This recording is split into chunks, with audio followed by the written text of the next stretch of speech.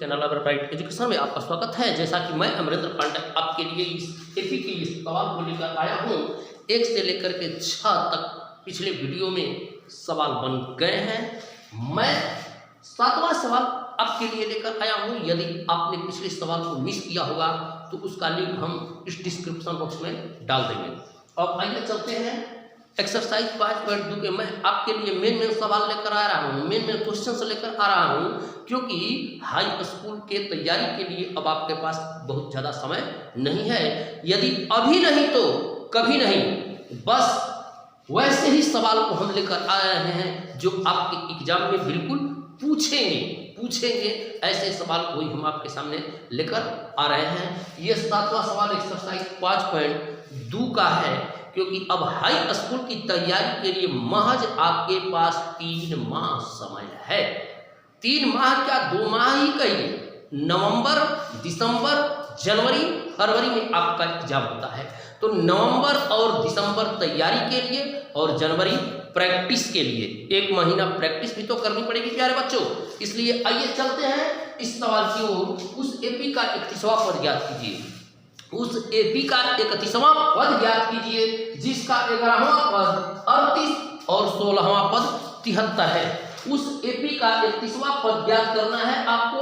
11वां पद दिया गया है 38 और 16वां पद दिया गया है 73। सामान्य भाषा में मैं आपको समझा देता हूं। यदि 11वां पद कहता है तो आप a+10d करो, 1 कम। 20वां पद कहता है तो a+19d करो, 1 कम। 16वां पद कहता है तो याद रखो a+15d आपको कहना है, 1 कम। लेकिन वो निकालेंगे कैसे? आपको कह रहा है 31वां पद ज्ञात करना है, 11वां पद कह रहा है 38। तो आपको सूत्र तो पता है कि an बराबर होता है a+n-1 × d। तो आपका कैसे हमने कहा कि कह रहा है 11वां पद, यानी a11 बराबर a+11 - 1 × d। तो ये हो गया a+11 में से 1 गया 10 और d से गुणा कर देना है। तो हमने कहा 11वां पद को a+d याद रखिए। 8वां पद कह रहा है तो निकालने की जरूरत नहीं, आप तुरंत समझ जाइए कि a+7d। लेकिन है कितना भाई? 11वां पद 38 है, यानी 38 इधर लिखिए। 11वां पद 38 है तो a+10d बराबर 38 हो गया। और कह रहा है ये समीकरण फर्स्ट हुआ, इक्वेशन इसको मान लीजिए। और कह रहा है कि 16वां पद 73 है, तो निकालने की जरूरत नहीं है, a+15d बराबर 73 लिख सकते हैं। लेकिन इसी तरह से आपको निकाल लेंगे कि a+16वां पद तो 16 - 1, तो 16 में से 1 गया 15d, तो a+15d हो जाएगा। तो हम सीधा आपके लिए लिख देते हैं a+15d बराबर क्या है?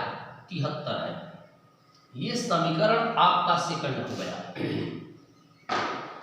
अब समीकरण आप तो जानते ही हैं कि कैसे हल किया जाता है। उस समीकरण के हिसाब से हम हल कर लेंगे, या तो इसको बराबर करेंगे या इसको बराबर करेंगे। लेकिन ये बराबर है तो बराबर है तो क्या करेंगे? बराबर में से बराबर जब हम घटाते हैं तो वो कट जाता है। इसलिए समीकरण फर्स्ट में से समीकरण सेकंड को घटाएंगे, या समीकरण सेकंड में से समीकरण फर्स्ट को घटाएंगे, किसी को घटाएंगे बात बराबर आएगी। आइए चलते हैं समीकरण सेकंड में से समीकरण फर्स्ट को हम घटाते हैं। इसलिए ये बातों को लिख देना है, जो क्रिया करनी है वो आपको लिखना है। समीकरण सेकंड से समीकरण फर्स्ट को घटाना है, को घटाने पर तो समीकरण सेकंड क्या है? a+15d बराबर 73 है, और ये है a+10d बराबर 38। घटाने में टोटल चिन्ह बदल जाते हैं, तो ये खत्म हो गया। a से a, 15d में से 10d जाएगा, 5d होगा, और 73 में से 38 जाएगा, तो ये क्या हो जाएगा? 3 हो जाएगा। 13 में से 8 गया, 5, 6 में से 3 गया, यानी d बराबर 5 × 7 = 35। d बराबर आपका हुआ 7। a बराबर आपका पता नहीं है। समीकरण फर्स्ट में हम d का मान रखेंगे तो a का मान निकलेगा। आइए यहाँ निकाल लेते हैं। समीकरण फर्स्ट दिया गया है, आपको लिख देते हैं। जो क्रियाएं करनी है उसको लिखना है। समीकरण फर्स्ट में d का मान रखने पर, d का मान रखने पर, तो समीकरण फर्स्ट क्या दिया गया है, a प्लस 10d बराबर 38।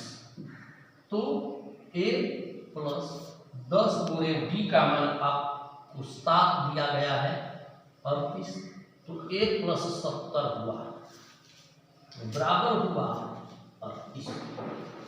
a बराबर क्या हो गया, 38 में से 70 को घटाएंगे, प्लस है माइनस में इधर जाएगा, तो a बराबर आपका माइनस में होगा, 10 में से 8 जाएगा 2, 6 में से 3 जाएगा 3, a बराबर आपका -32 हुआ। अब कहा है कि इस AP का 31वां पद आपको ज्ञात करना है, तो a 31 बराबर क्या होगा, a plus n-1 into D होता है, तो 31 माइनस 1 इंटू डी क्या है, 7 है, 7।